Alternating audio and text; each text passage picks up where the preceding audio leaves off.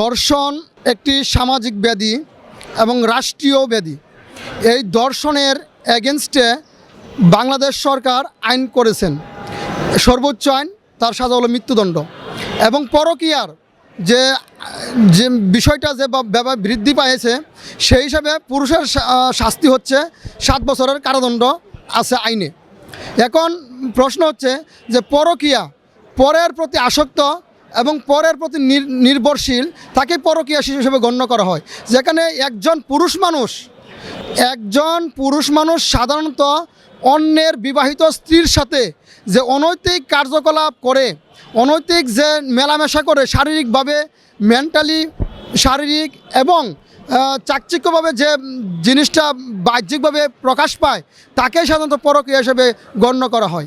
এই পরকীয়াটার সামাজিক ব্যাধি হিসেবে যে বর্তমানে দেখা দিয়েছে, সেই সূত্রে বাংলাদেশ ফিল্ম ডেভেলপমেন্ট কর্পোরেশন এফডিসির ভিতরেও সেটা এখন বর্তমানে প্রকাশ পেয়েছে। আজকে আমরা যে হত্যাকাণ্ড দেখছি এফডিসির ভিতরে, যে অভিনেত্রী, অ্যাক্ট্রেস এবং অ্যাক্টর, তাদের মধ্যে যে এই হত্যাকাণ্ডের যে জোর বেশি দেখা যাচ্ছে। এখন এটার মূল সূত্র কি? মূল সূত্র হচ্ছে পরকীয়ার কারণে আজকে এই সমাজের রন্ধে রন্ধে পরকীয়ার সৃষ্টি হয়েছে।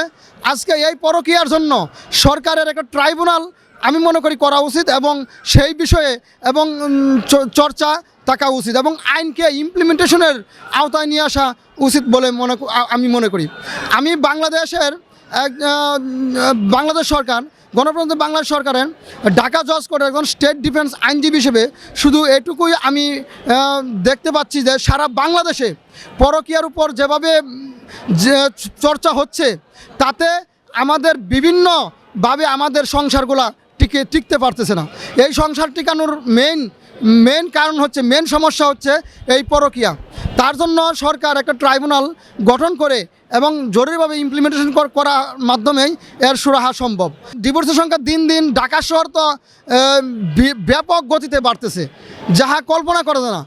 আর এই ডিভোর্সের জন্য একমাত্র যেহেতু পরচর্চা, মেয়েরা বেশি এই নিয়ে ব্যস্ত, এবং ছেলেরা আজকে একটা অসহায়, মানে স্বামী অসহায় হয়ে পড়ছে।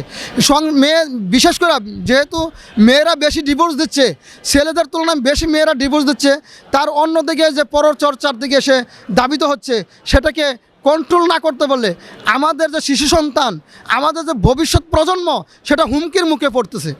ভবিষ্যতে সেটা হুমকির মুখেই পড়ে যাবে বলে দেখা যাচ্ছে।